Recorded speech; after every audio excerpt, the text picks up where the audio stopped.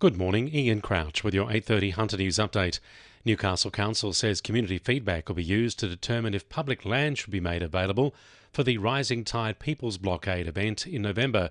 The activist group has applied for a licence to use Camp Shortland and Richardson Park in Hamilton North in late November and early December. Lord Mayor Ross Kerridge expects the community will be divided over the issue, acknowledging there are strong feelings on both sides of the argument. People have from today until the end of the month to lodge feedback via Council's website. The search continues for a teenager who's gone missing overnight in the Hunter Valley. 15-year-old Levi Rogers was last seen in Muswellbrook at about 7 o'clock last night. The alarm was raised when he couldn't be contacted or located. Levi is described as being of Caucasian appearance, about 165 centimetres tall, with a thin build and short brown hair. He was last seen wearing a black hooded jumper, white or grey coloured pants, black socks and black shoes. Anyone with information is urged to contact Muswellbrook Police or Crime Stoppers. Maitland Council is defending its response to flooded roads in the area following the disaster. It was one of the worst hit areas after the New England Highway went underwater for 5 days last week. Council's directed questions to the state government, who's responsible for the road. Residents are concerned Council's not prepared for a future flooding event, with more housing development going up. Mayor Philip Penfold says alternatives are being considered for access to housing estates near Testers Hollow. I understand the developer is having conversations with the federal government with regard to potential grants to allow them to forward fund that road. I know Ms Swanson's involving herself there as well, and that will result in flood-free access in its entirety once complete for the people that go through Gilliston Heights through to Cliffley and Head and Greeter.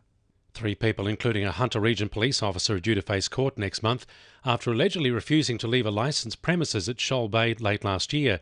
Police say the 41-year-old senior constable, along with a 41-year-old woman and an 18-year-old man, had to be physically removed from the premises after flatly refusing to do so. An investigation into the circumstances surrounding the incident resulted in the arrest of 3 people last Friday. The woman has also been charged with common assault. They're due to front Raymond Terrace Court on July 7. An initiative to provide accommodation near Maitland Hospital is looking for more funding. Maitland's Health Stays project aims to relieve the stress and high costs for those travelling to the hospital from rural areas. The project, started by Rotary clubs, has secured funding and is ready to begin construction for 20 units, but is looking to secure finances for a second stage. Chairperson Trevor Lynch says the project will address current and future needs. We have an example of a couple who came from Wybong. The man in the family had throat cancer. They had to come down here. They had chemotherapy at Maitland Hospital Oncology Centre.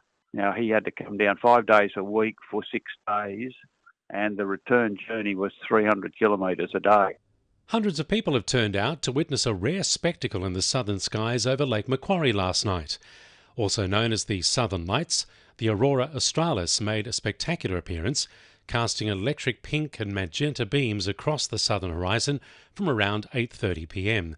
The geomagnetic storm is a temporary major disturbance of Earth's magnetosphere, which occurs when there's a very efficient exchange of energy from the solar wind into the space environment surrounding Earth.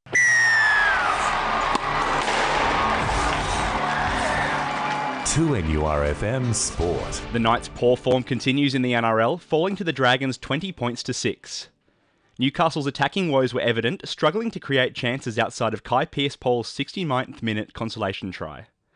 Prop Tyson Frizzell says size played a part in the result. Yeah, they're a big side, but we allowed them to use their size against us, and it's a hard game of footy. You just get on with it. It's not the reason why we lost.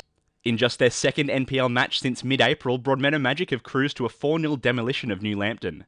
Charlestown Missouri edged out Newcastle Olympic 3-2, with former Jets centre-back Taylor Regan finding the back of the net.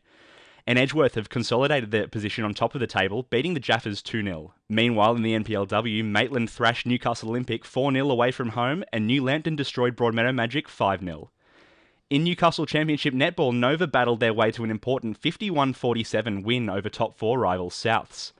Nova only had 6 first-grade regulars available and had to rely on second-graders backing up to be able to make up numbers. Meanwhile, West Leagues destroyed Katara South, winning 72-22. And the first surfers have hit the waves in Newcastle Surfest. Newcastle's Julian Wilson is set to be out in the 5th heat today. That's sport. I'm Will McGrath. And the winning numbers in Weekend Lotto are 5, 7, 9, 23, 27 and 45, and the supplementaries are 13 and 36. And now you're up to date with the latest 2NURFM Hunter News.